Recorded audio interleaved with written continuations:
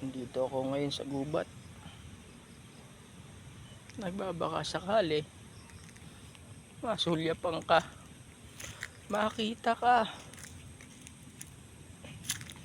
Naaalala mo pa ba, anak, itong lugar na to, itong gubat na to, nililibot natin to. Naghahanap tayo ng gulay, nanghuli tayo ng gagamba. Hindi kayo naghahanap ng kabute sa umaga. Pero hindi na mangyayari ngayon eh. Kasi wala ka na. 2 buwan ka nang wala sa amin.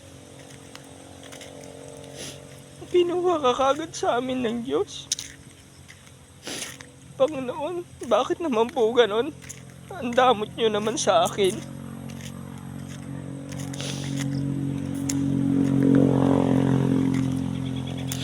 Bilis nyo naman kinuha yung anak ko.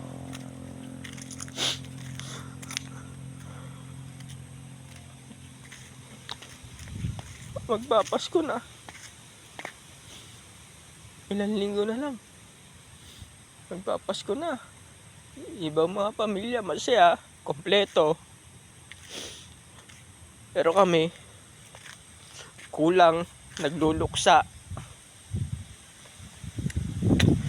Kasi wala na yung nag-iisang anak kong lalaki. Namimiss namin siya lagi. Araw-araw.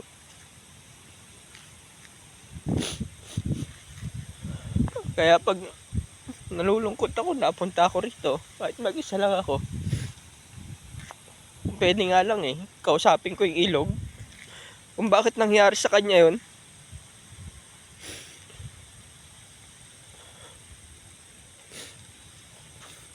Ang sabi nila, wag daw akong maging malungkot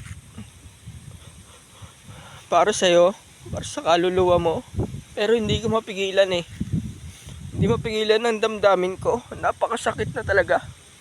Mabigat na yung dibdib ko eh. Kaya kailangan ko pumunta rito para mapag-isa. Masabi yung gusto kong sabihin. Anak, miss na kita, anak. Sana naman makita kita kahit sa paranginip. Makausap kita. Parang awa mo na.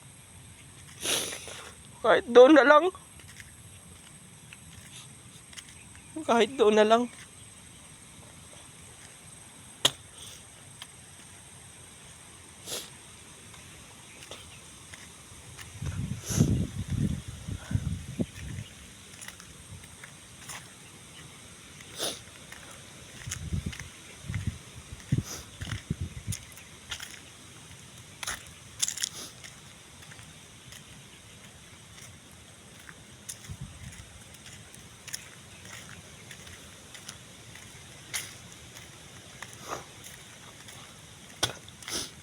I love you, Jemboy, anak.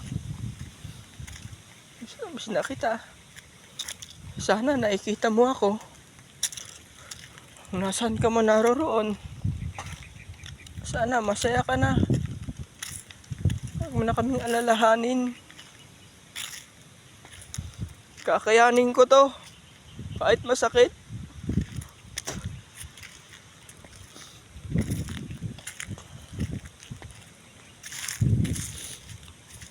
Paalam na, anak. Paalam na. Mahal na mahal ka ni Papa. Patawad sa mga pagkukulang ko. Sa mga kasalanan ko. Patawad. Kung wala akong nagawa nung nalulunod ka. Kung hindi kita nailigtas. Kung hindi ko naramdaman na gano'n ang nangyari sa'yo. Kung alam ko lang na mangyayari sa'yo, eh di sana ang gabi pa lang nung Sabado umuwi na ako. Hindi na sana ako pumasok.